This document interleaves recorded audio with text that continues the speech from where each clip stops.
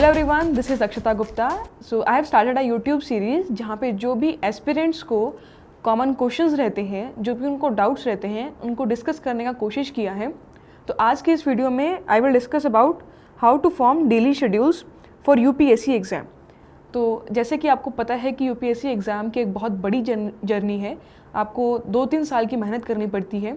तो उसके लिए आपको एक प्लान्ड अप्रोच रखना बहुत ज़रूरी है। अगर आप एक स्ट्रैटेजी और एक प्लान्ड अप्रोच में इसको वर्क अपॉन करते हो तो ये आपके लिए काफ़ी ईजी हो जाता है। तो इसी में ही हेल्प करते हैं हमारे डेली शेड्यूल्स। ये डेली शेड्यूल हेल्प करते हैं आपको ये समझने के लिए कि आप कितनी परफॉर्मेंस आपकी चल रही है, आपको एनालाइज करने में हेल्प करते हैं, और ये हेल्प करते हैं कि आप आगे जाके कितना इम्प्रूव कर रहे हो, कितना आप डाउनफॉल में जा रहे हो। तो ये सब आपको डेली शेड्यूल से पता चल सकता है। तो इस वीडियो में हम डिटेल में यही डिस्कस करेंगे कि कैसे बनाना है, क्या इसका यूज़ है और कैसे हम इसको इंटरेस्टिंग बना सकते हैं ताकि आपकी प्रिपरेशन बहुत अच्छी तरीके से स्मूथली फ्लो में निकल जाए। तो let me introduce myself. My name is Akshata Gupta. I have secured all India rank 69 in this year UPSC exam. मेरा मेडिकल बैकग्राउंड है। I have secured all India rank 28 in the NEET I have secured all India rank 28 in the AIPMT examination in 2015 and मेरा AIIMS में rank 75 था। I have graduated in MBBS from Government Medical College Chandigarh, और यहीं से ही मैंने अपनी internship की है, और इंटर्नशिप के दौरान ही मैंने अपना एग्ज़ाम दिया था और उसको फर्स्ट अटैम्प्ट में ही रैंक 69 लिया है।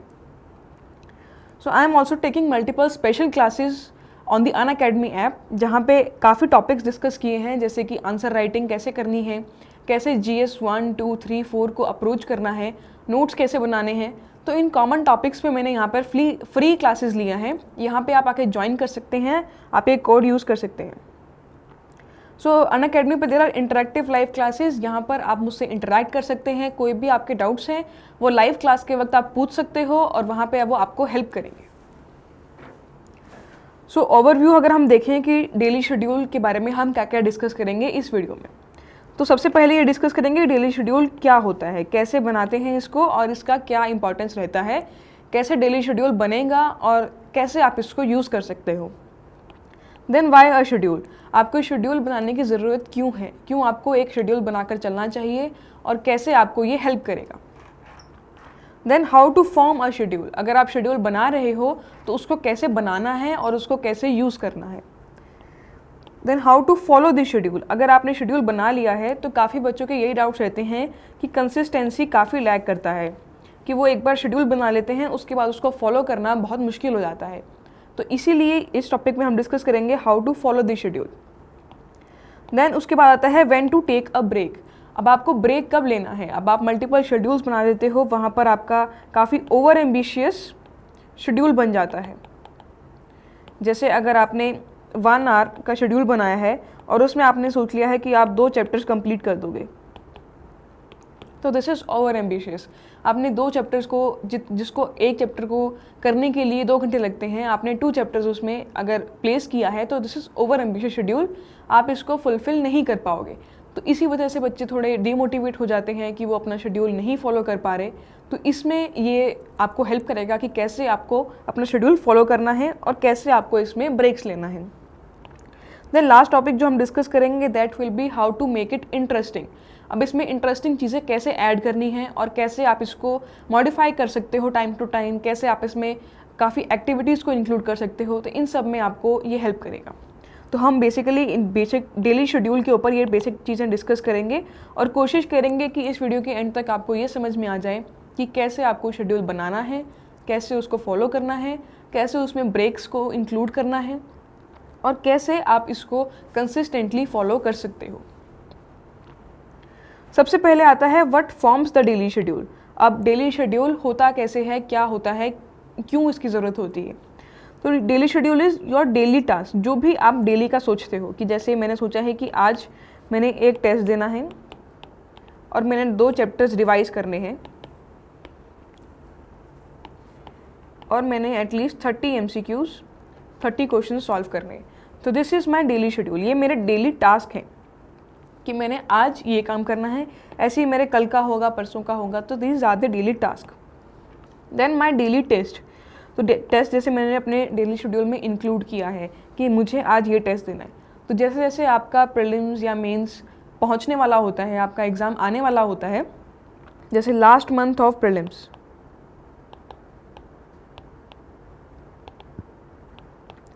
इसमें आप कोशिश करते हो कि आप कॉन्टिन्यूसली 1 मंथ मॉक्स दो। इसमें आप कोशिश करते हो कि एटलीस्ट आप 1 मंथ के लिए आप मॉक्स दो और उन मॉक्स को आप एनालाइज करो और उसको फॉलो करो। तो जब आप डेली मॉक दोगे तो वो आपके डेली शेड्यूल का पार्ट बन जाएगा कि डेली आपको 1 टेस्ट देना ही देना है। इसी तरह से जब आप कोई चैप्टर कंप्लीट करते हो तो उसके बाद आप एक कोई टेस्ट देते हो तो वो टेस्ट आपके डेली शेड्यूल का पार्ट बन जाता है। तो उसमें आप अपने डेली टास्क इंक्लूड करोगे, जो भी आपको टास्क कंप्लीट करने हैं, और आप अपना टेस्ट इंक्लूड करोगे, जो भी आपको टेस्ट देना है। उसके बाद आप इसमें इंक्लूड करोगे जो भी आपको रिवाइज करना है। जैसे कि अगर आपकी कोई करंट अफेयर्स की मैगजीन है और आप उसकी रिवीजन कर रहे हो, तो उसके लिए आप क्या करोगे, आप उसको फर्स्ट रिवीजन, सेकंड रिवीजन, इस तरह से लेबल करके आप रिवीजन शुरू करोगे। तो जब आप ये रिवीजन करते हो, ये भी आपके डेली शेड्यूल का पार्ट बनता है। तो your test, your daily task and your revision, also your patterns. अब पैटर्न्स का क्या मतलब है कि जैसे आप कोशिश कर रहे हो कि आप अभी सिर्फ अंडरलाइन कर रहे हो, एंड जब सेकंड रिवीजन आप करोगे तब आप थोड़ा हाईलाइट या उसको याद करना शुरू करोगे। तो उस तरह के पैटर्न्स आप अपने डेली शेड्यूल में इंक्लूड कर सकते हो। जैसे कि आपने आज सिर्फ अंडरलाइन करके फर्स्ट रीडिंग देना है, तो you can write first reading इस चैप्टर की मैंने आज करनी है। इसी तरह से अगर आप सोच रहे हो कि मैंने इस चैप्टर को आज याद करना है, तो आप ऐसे लिख सकते हो कि फर्स्ट चैप्टर लर्निंग 1 घंटे में इस तरह से करना है। तो इस तरह से अपने पैटर्न को आप इसमें इंक्लूड कर सकते हो। Then your new readings. अब अगर आपने आज कोई नया चैप्टर शुरू करना है, वो भी आपका टास्क बन जाता है और आपके लिए नया रीडिंग बन जाता है कि आपने कोई नया सब्जेक्ट उठाना है। आपका पॉलिटी ख़त्म हो रहा है, अब आपको नया सब्जेक्ट पिकअप करना है, तो उसके लिए भी आप ये डेली शेड्यूल का पार्ट इंक्लूड कर सकते हो। तो अब हम देखते हैं कि वाई अ शेड्यूल। तो हमने देखा कि what forms a daily schedule, क्या क्या इसका पार्ट बन सकता है, क्या क्या चीज़ें आप इसमें इंक्लूड कर सकते हो। Now we go to why a schedule. अब एक शेड्यूल बनाना क्यों ज़रूरी है। तो daily schedule helps in keeping up the pace and analysing your daily learnings. जो भी आपके डेली लर्निंग्स हैं और कि जैसे उनको आपने एक शेड्यूल बनाकर रख दिया ताकि आपको पता चलता रहे कि आप डेली कितनी पढ़ाई कर पा रहे हो और आपको कितना टाइम लगेगा एक चैप्टर को फिनिश करने के लिए। तो it helps in keeping up the pace. अगर आप स्लो लर्नर हो तो आपका शेड्यूल धीरे चलेगा कि आपने आज सिर्फ 1 घंटे में 4 पेजेस किए, कल फिर से 4 पेजेस किए, और इस तरह से आपका पूरा चैप्टर 10 दिन में कंप्लीट हो रहा है। तो इस तरह से अगर आपका ये शेड्यूल है तो आप इस तरह से इसको फॉलो करोगे। अगर आप फास्ट लर्नर हो तो आप उसको 2 दिन में भी ख़त्म कर सकते हो। तो इस तरह से it will show your pace, और इससे आपको खुद को भी आइडिया रहेगा कि आपकी लर्निंग पावर कैसी है। अगर आपकी लर्निंग पावर स्लो है तो आपको हर चीज़ को याद करने के लिए काफ़ी टाइम डिवोट करना पड़ेगा। लेकिन अगर आपको लगता है कि आपकी लर्निंग पावर ठीक है और आपको शेड्यूल बनाने के बाद लगा कि मेरा शेड्यूल ईजिली फॉलो हो रहा है, तो आपको कंसिडर करना चाहिए कि आपकी लर्निंग पावर अच्छी है, आप एक्स्ट्रा भी याद कर सकते हो, वहाँ पर आप एक्स्ट्रा वैल्यू एडिशंस कर सकते हो। And it also helps in analysing your daily learnings. यही कि आप कितना एक दिन में याद कर पा रहे हो और कितना आप गेन कर पा रहे हो, ये डेली शेड्यूल आपको ये डेली शेड्यूल आपको देखने में हेल्प करेगा। It helps in checking your daily performance. अब जब आप टेस्ट देते हो, जैसे अगर आपने डेली को टेस्ट दिया, लास्ट के मंथ में आपने मार्क्स देने की कोशिश की या आप कोई आंसर राइटिंग प्रैक्टिस कर रहे हो, तो आप उसके मार्क्स नोट करोगे। तो जब आप डेली उसके मार्क्स देखोगे या मंथली उसके मार्क्स देखोगे, तो आपका एक ग्राफ टाइप पैटर्न आपको दिखेगा। आपको लगेगा कि आपकी परफॉर्मेंस कैसी चल रही है, स्टेबल है या इंक्रीज़ कर रही है या डिक्रीज़ कर रही है। अगर आपका शेड्यूल कॉम्पैक्ट होता जा रहा है, अगर आपने अपना शेड्यूल धीरे धीरे टाइम के साथ कम करना शुरू कर दिया है, इसका मतलब आप अपना टाइम प्रॉपर डिवोट नहीं कर पा रहे हो यूपीएससी के लिए। अगर आपका शेड्यूल और बेटर हो रहा है तो ये काफ़ी अच्छी बात है, आप अपनी प्रिपरेशन बहुत अच्छे से कर पा रहे हो। तो इस तरह से it helps in checking your daily performance. आपको आइडिया लगता रहेगा कि कितना आपने परफॉर्म किया है और कैसे आप इसको आगे लेके जा रहे हो। Also it keeps a tab on what is done and what is left. तो ये बहुत इंपॉर्टेंट है क्योंकि यूपीएससी का सिलेबस बहुत बड़ा सिलेबस है। उसमें काफ़ी सारे सब्जेक्ट्स हैं, काफ़ी सारे टॉपिक्स हैं, काफ़ी सारे रिसोर्सेज हैं। तो इसमें आपको ये टैब रखना बहुत ज़रूरी है कि आपने कितना उसमें से कर लिया है और कितना आपका अभी रहता है। तो ऐसा ना हो कि आप प्रिपरेशन के वक्त हैफेज़र्ड वे में आप कुछ भी कर रहे हो और इसी चक्कर में आपके 2-3 सब्जेक्ट या 2-3 टॉपिक्स मिस हो गए हैं। तो कोशिश करो कि जब आप ये डेली शेड्यूल बनाओ तो आप अपने एक फ्रेमवर्क के थ्रू एक्ट करो और कोशिश करो कि आप अपना सारा सिलेबस कवर कर लो और एक बार क्रॉस चेक कर लो कि आपने कुछ चीज़ मिस तो नहीं की है। तो ये आपको हेल्प करेगा कि देखने के लिए कि कितना आपने उसमें से कर लिया है और कितना आपका रहता है, और फिर आगे इससे आप प्लान बना सकते हो कि कितना आपको आगे वाला टाइम में, जैसे अगर 1 महीना बचा है तो उसमें 2 सब्जेक्ट्स को कैसे ख़त्म करना है, या अगर 2 महीने पड़े हैं तो उसमें कैसे डिवाइड करना है। तो ये सब आपको डेली शेड्यूल जब आप बना लोगे तो वो आपको बहुत हेल्प करेगा। तो इस तरह से आप अपने डेली शेड्यूल का एक रीजनिंग की तरह एक उसको इम्पॉर्टेंस देकर फॉलो कर सकते हो, और कोशिश करो कि आप उसको डेफिनेटली एक मोटिवेशन के साथ फॉलो करो। अगर सिर्फ बना के रख दोगे तो ये ज़्यादा हेल्प नहीं करेगा। नाउ और भी इसकी इंपॉर्टेंस है, you can have a good overview of what you have to do in the coming week. अभी ये भी बहुत ज़रूरी है, जैसे अगर आप किसी कॉलेज के साथ या जॉब के साथ पढ़ाई कर रहे हो एंड सडनली एक वीक में उसमें कुछ हेक्टिक वर्क आ जाता है, आपसे वो उस वीक का शेड्यूल फॉलो नहीं हो पाता, तो आपको एक आइडिया रहेगा कि आपको नेक्स्ट वीक में वो चीज़ें भी कवर करनी है। वो आपको याद रहेगा कि आपने ये चीज़ अब तक कवर नहीं की है और आप इसको इंक्लूड कर सकते हो। साथ ही ये भी आपको पता चल जाएगा कि अगर आपको कोई प्लान्स हैं और आपको देखना है कि आपको इस हफ्ते में कितना कंप्लीट करना था, तो वो भी आप इस शेड्यूल के थ्रू कंप्लीट कर सकते हो कि मेरे को इस हफ्ते में इतना काम करना था और मेरे को अब ये प्लान है, तो इसको कैसे हैंडल करना है, आप इसको कैसे मैनेज करोगे। जब आप ये सब सीख जाओगे तो ये आपको एग्ज़ाम्स में भी बहुत हेल्प करेगा। Then you can divide your daily task for 6 to 7 days. तो कोशिश करो कि जो भी आपके टास्क हैं, जैसे आपके टास्क हैं जो भी आपके 5 to 6 टास्क हैं, आप कोशिश करो कि इनको 6 to 7 डेज़ में कंप्लीट करो। जैसे आपने मंडे लिखा, उसके बाद आपने आज का काम लिख दिया, देन ट्यूसडे लिखा तो उसमें आपने आज का लिख दिया। कोशिश करो कि थोड़ा मिलता जुलता हो, कि अगर यहाँ पर एक बुक के 4 पेजेस किए थे तो अगले दिन इसके 8 पेजेस हो गए, तो सेम चीज़ फॉलो हो रही है और ये कंसिस्टेंसी मेंटेन करने में हेल्प करेगा। इसी तरह से आप पूरे 6 to 7 डेज़, मंडे ट्यूसडे, इस तरह से पूरे सैटरडे संडे तक आप इसको बना सकते हो, और ये आपको हेल्प करेगा ये जानने में कि आपका पूरा वीक का शेड्यूल कैसे चलेगा। Then you can keep multiple task handy. अब ऐसा नहीं हो कि आपने पूरे दिन के शेड्यूल में सिर्फ ये लिखा है कि आपको 4 चैप्टर्स पॉलिटी के करने हैं, देन पूरे दिन में आप एक ही सब्जेक्ट पढ़ रहे हो, आप सिर्फ रीडिंग कर रहे हो एंड आप सिर्फ एक ही बुक से पढ़ रहे हो, तो इट इज़ वेरी मोनोटनस। आपको लगेगा कि ये बहुत बोरिंग काम है, ये मुझसे नहीं हो पाएगा, और नेगेटिव थॉट्स आने शुरू हो सकते हैं। तो कोशिश करो कि you keep multiple task like multiple subjects की। कोशिश करो कि आप बेशक आपने 4 चैप्टर्स नहीं किए, लेकिन 2 चैप्टर्स पॉलिटी कर लिया और 2 चैप्टर्स आपने इकोनॉमी के कर लिए। तो इससे आपके डेली शेड्यूल में डाइवर्सिटी आ जाएगी कि आपने थोड़ी देर पॉलिटी पढ़ा एंड देन थोड़ी देर आपने इकोनॉमिक्स पढ़ लिया। तो जैसे ही आपको थोड़ा पॉलिटी से बोरियत लगने लगा या आपको लगने लगा कि इनफ हो गया है, तो आप इकोनॉमिक्स पे शिफ्ट हो सकते हो। साथ ही साथ आप कोशिश करो कि इसमें मेथड्स भी मल्टीपल हो। पूरा दिन सिर्फ रीडिंग करने की बजाय कि आप पूरा दिन सिर्फ चैप्टर रीड कर रहे हो, इंक्लूड करो कि यहाँ पे आप साथ में 4 to 5 questions with answer writing, 10 questions of MCQ या क्विज कोई करना है। तो इस तरह की चीज़ें आप डेली इंक्लूड कर सकते हो ताकि आपका शेड्यूल थोड़ा इंटरेस्टिंग बन सके।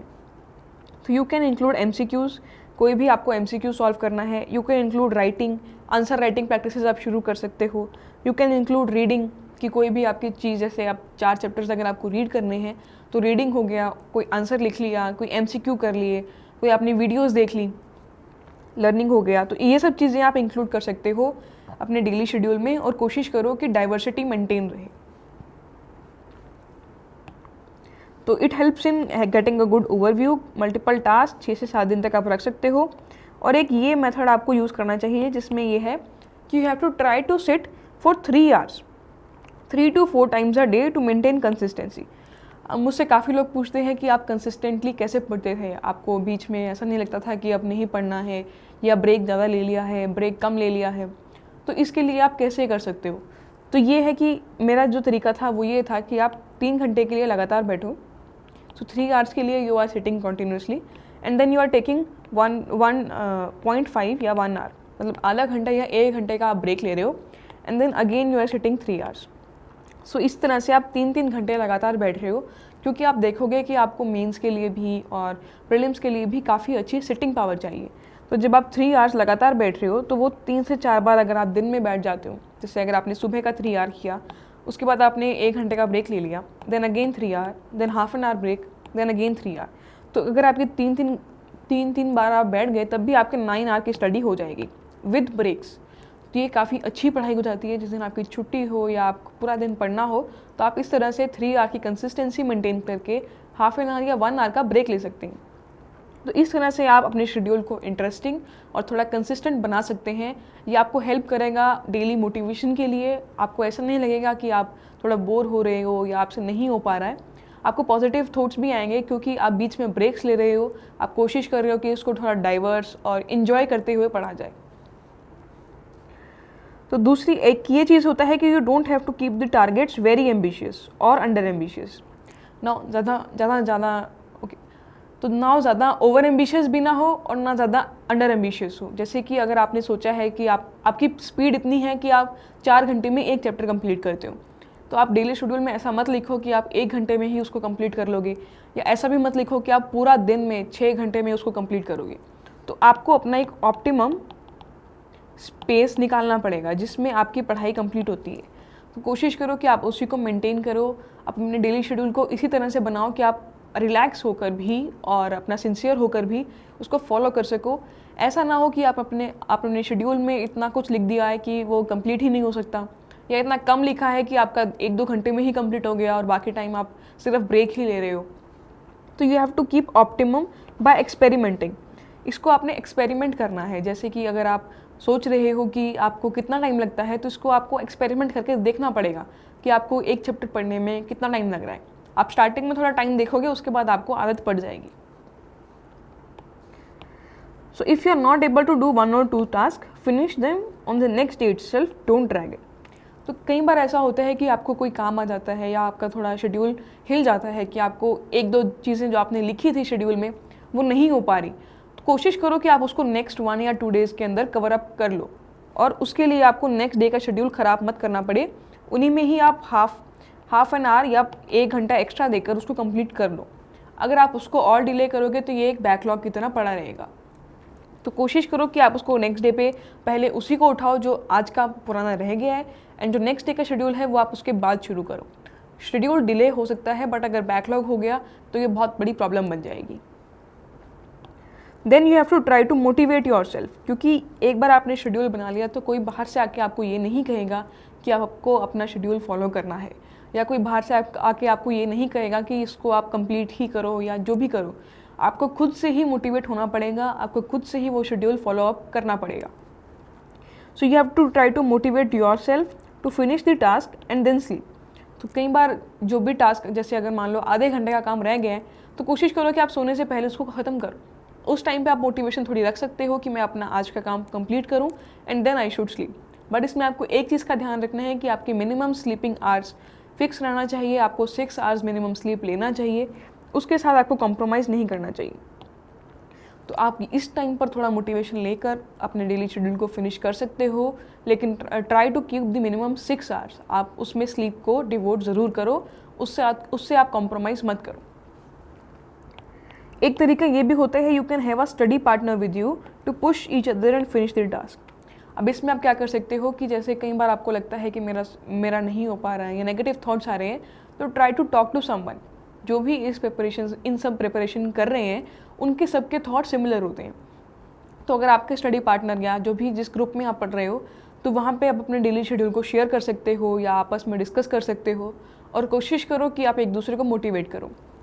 जैसे अगर 2-3 बच्चों का ग्रुप अगर पढ़ रहे हैं, तो उसमें अगर एक बच्चे ने काफ़ी कुछ कंप्लीट कर लिया है, तो ही और she can share in the group कि मैंने आज ये कंप्लीट किया है, और ये एक मोटिवेशन की तरह काम करेगा बाकी बच्चों के लिए कि आप लोग भी ये सब कंप्लीट करो। तो इस तरह से आप स्टडी पार्टनर या स्टडी ग्रुप्स में भी अपने डेली शेड्यूल को शेयर करके या डिस्कस करके उसकी जो भी उसका यूज़ है वो उसको इम्प्रूव कर सकते हैं। अब एक क्वेश्चन ये आता है कि when to take a break. अब इसमें ब्रेक कब लेना है और कितना फ्रिक्वेंटली लेना है और कैसे लेना है, इस पर भी बहुत डाउट्स रहते हैं। अब एक इसमें चीज़ का ध्यान रखना है कि कोई भी ब्रेक इतना लंबा ना हो। No break should be too long. ऐसा ना हो कि अगर आप सिर्फ 2 घंटे पढ़ रहे हो और आप 3 घंटे का ब्रेक ले रहे हो, या आप सिर्फ 1 घंटा पढ़ रहे हो और आप 2 घंटे का ब्रेक ले रहे हो या 1 घंटे का ब्रेक ले रहे हो। This will not do justice to your daily schedule. तो आपको कोशिश करना है कि कोई भी ब्रेक इतना लंबा ना हो, सिर्फ उतना हो कि आप खुद को रिफ़्रेश कर सको और खुद के स्ट्रेस को थोड़ा कम कर सको, एंड दैट्स इट। थोड़ा आप नैप ले सकते हो, घूम फिर सकते हो, कोशिश करो कि ये ब्रेक ज़्यादा लंबा ना हो। Don't miss the schedule for more than 3 to 4 days, it may cost you a lot. अब कई बार बच्चे ऐसे होते हैं कि शेड्यूल बहुत लंबा चल रहा है, शेड्यूल ऐसा चल रहा है कि आपने उसको 3-4 दिन के लिए मिस कर दिया, आपने 3-4 दिन कुछ भी नहीं किया, आपने 5-6 दिन उसको छोड़ ही दिया है, तो उससे आपका शेड्यूल पूरा ख़राब हो जाएगा एंड आपको आइडिया भी नहीं रहेगा कि आपका कितना बैकलॉग शुरू हो चुका है। तो you can adjust the schedule according to study hours. If you are occupied remake the schedule. तो कई बार जैसे अगर आपके पढ़ाई में आपको कुछ डिस्टर्बेंस हो रहा है, आपके कॉलेज में एग्ज़ाम्स हैं, कुछ जॉब के लिए कुछ है, तो आप अपने शेड्यूल को दोबारा से बना सकते हो, इंस्टेड ऑफ आप उसको वहीं छोड़ देते हो। आप उसको दोबारा से बनाओ, जो भी आपके टॉपिक्स रह गए हैं आप उसको दोबारा से क्रिएट करो and then you remake your schedule. आप उसको वहीं पर मत छोड़ो। Take a break after continuous reading for 3 hours। 3 to 4 hours से ज़्यादा आप कॉन्टिन्यूस रीडिंग मत करो, ब्रेक लेना भी इंपॉर्टेंट है। हैव अ गुड नैप, उसमें आप नैप ले सकते हो, आप वॉक पे जा सकते हो, आप अपने फ्रेंड्स फैमिली के साथ डिस्कस कर सकते हो, तो ये सब चीज़ें आपको हेल्प करेंगी। अब आप इसको इंटरेस्टिंग कैसे बना सकते हो? तो इंटरेस्टिंग बनाने का एक तरीका यही है कि आप इसमें test, MCQs, videos, current affairs, इस तरह की चीज़ें इंक्लूड करो। कोशिश करो कि आप पूरा दिन सिर्फ रीड ही नहीं कर रहे हो, आप उसमें क्वेश्चन सॉल्व कर रहे हो, आप उसमें MCQs कर रहे हो, आप उसमें वीडियोस देख रहे हो। इस तरह की आप अगर चीज़ें इंक्लूड करोगे तो वो एक इंटरेस्टिंग डेली शेड्यूल बन जाएगा। एक ये भी तरीका होता है कि आप सबसे मुश्किल पार्ट को, जो जिसमें आपको लर्निंग करना है, वो आप सुबह सबसे पहले करो, फर्स्ट थिंग करो, क्योंकि इसमें आपको बहुत टाइम लगेगा और इसके लिए आपको टाइम मैनेज करना बहुत इंपॉर्टेंट है। जो भी आपका ईजीएस्ट पार्ट है, जो भी आपको ईजी लगता है, वो आप लास्ट में कर सकते हो। तो इस तरह से आप इसको अलाइन करो कि जो सबसे मुश्किल है वो आप इनिशियल पार्ट्स में करो, देन जब आप थक जाते हो, जब आप थोड़ा टायर्ड फील करते हो, तो आप ईजी पोर्शंस को पिकअप कर सकते हो। सो इसमें हमने ये देखा कि कैसे शेड्यूल को बनाना है, कैसे इसको फॉलो करना है और कैसे आप इसको इंटरेस्टिंग बना सकते हो। So all the best, let's crack it.